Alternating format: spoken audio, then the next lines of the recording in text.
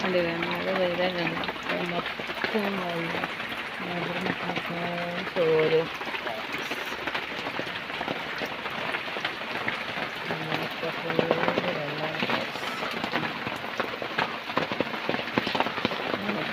താമസിക്കുന്നത് മഴ പെയ്താൽ ഇതാണ് അവസ്ഥ.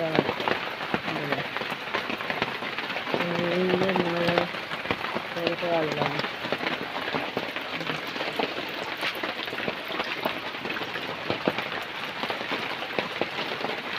നല്ല മഴയാണ് ഗൈസ്.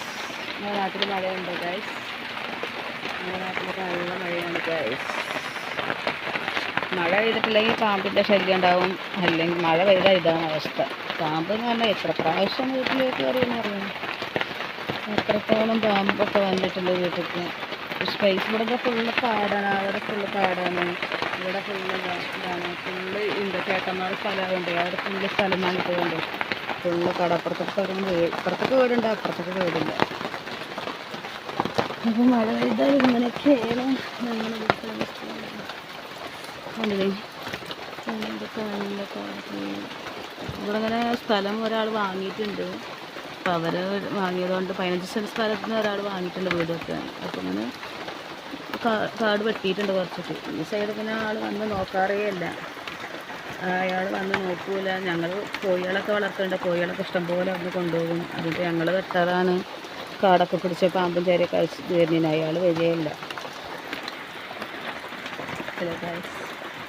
മഴയാണ് ഗൈസ്.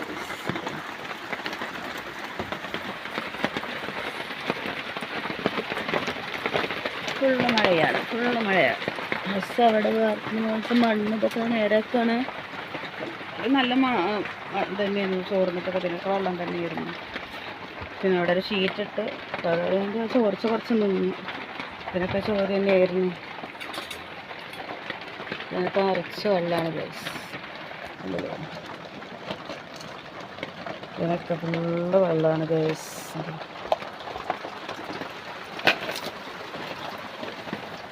ഇതിനൊക്കെ മഴ ചെയ്തിട്ട് നല്ല വെള്ളമാണ്.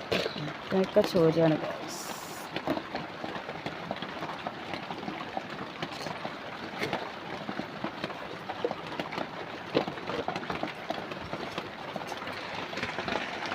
ഇപ്പം മഴ ചെയ്തിട്ട് ഒരു ദിവസം നിങ്ങൾക്ക് കാണിക്കാനൊന്നും ഉണ്ടായിരുന്നു. അപ്പം ഞാൻ കാണിച്ചതാണ്.